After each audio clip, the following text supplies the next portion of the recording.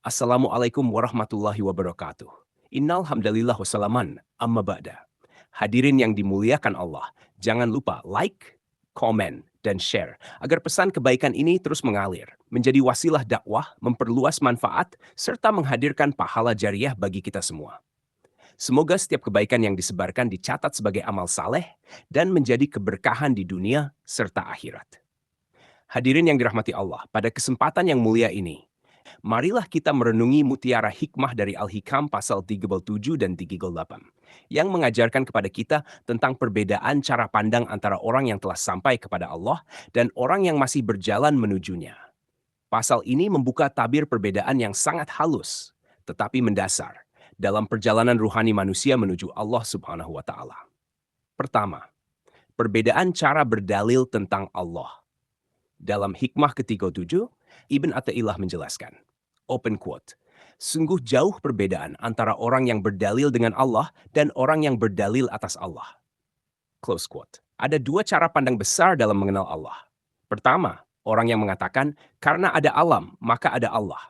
Ini adalah cara pandang orang yang masih berjalan, masih salik, masih menggunakan makhluk sebagai tangga untuk sampai kepada pencipta.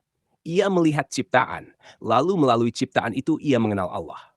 Cara ini tidak salah, bahkan sangat dibutuhkan bagi kebanyakan manusia. Namun, ini menunjukkan bahwa Allah masih terasa gaib dalam pandangan batinnya, sehingga ia memerlukan dalil-dalil dari alam. Kedua, orang yang mengatakan karena Allah itu ada, maka alam ini ada. Inilah cara pandang orang yang telah wusyul, yang mata hatinya telah terbuka. Bagi mereka, Allah tidak pernah gaib, tidak pernah jauh, dan tidak pernah tersembunyi. Justru makhluklah yang tidak tampak. Jika dibandingkan dengan kejelasan wujud Allah dalam hati mereka. Maka Ibn Athaillah berkata dengan sangat tegas, kapan Allah itu gaib sehingga perlu dalil, dan kapan Allah itu jauh sehingga makhluk harus mengantarkan kepadanya. Ini bukan berarti menafikan dalil-dalil keimanan, tetapi menjelaskan tingkatan kesadaran ruhani.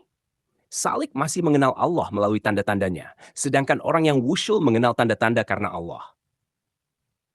Kedua, Salik dan Majzub hadirin yang dimuliakan Allah, para arif membagi orang yang sampai kepada Allah menjadi dua jalan. Satu, muridun atau salikun, orang yang berjalan menuju Allah dengan mujahadah, riyadah, zikir, dan amal.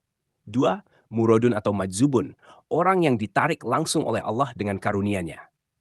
Salik masih melihat amal, zikir, dan usahanya. Lisannya berzikir, tetapi hatinya masih melihat lisannya.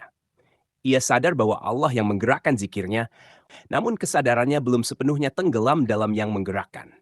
Sedangkan majzub, ia ditarik oleh Allah sehingga lenyaplah pandangan kepada selain Allah. Dalam keadaan itu, yang wujud hanyalah Allah. Namun ketika ia kembali sadar menjalani kehidupan dunia, ia memahami bahwa semua makhluk tetap memiliki wujud. Tetapi wujud itu bergantung sepenuhnya pada wujud Allah. Disinilah letak perbedaan yang sangat halus namun agung. Salik melihat Allah melalui makhluk, sedangkan yang wusyul melihat makhluk melalui Allah. Ketiga, luas dan sempitnya amal. Dalam hikmah ke-38, Ibn Athaillah melanjutkan, open quote, hendaklah orang yang kaya membelanjakan menurut keluasannya. Mereka itulah orang-orang yang telah sampai kepada Allah. Dan orang yang terbatas rezekinya, itulah orang-orang yang sedang berjalan menujunya. Close quote. Ini bukan semata-mata tentang harta, tetapi tentang kelapangan batin dan keluasan pandangan tauhid. Orang yang telah sampai kepada Allah karena hatinya telah bebas dari ketergantungan pada selainnya, maka pandangannya luas. Ia ringan memberi, ringan berkorban, ringan memaafkan, dan ringan berbuat kebaikan. Ia tidak lagi menghitung-hitung karena ia melihat semua berasal dari Allah dan kembali kepada Allah. Adapun orang yang masih berjalan, wajar jika langkahnya masih terbatas.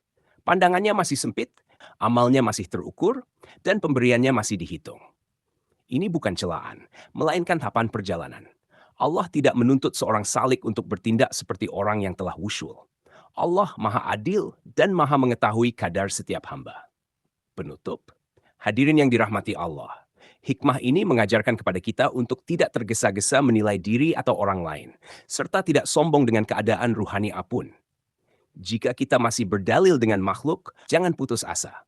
Jika kita diberi keluasan pandangan, jangan merasa lebih mulia. Yang terpenting adalah terus berjalan, terus kembali kepada Allah. dan memohon agar suatu hari nanti Dia berkenan memperkenalkan dirinya kepada hati kita, bukan sekadar kepada pikiran kita.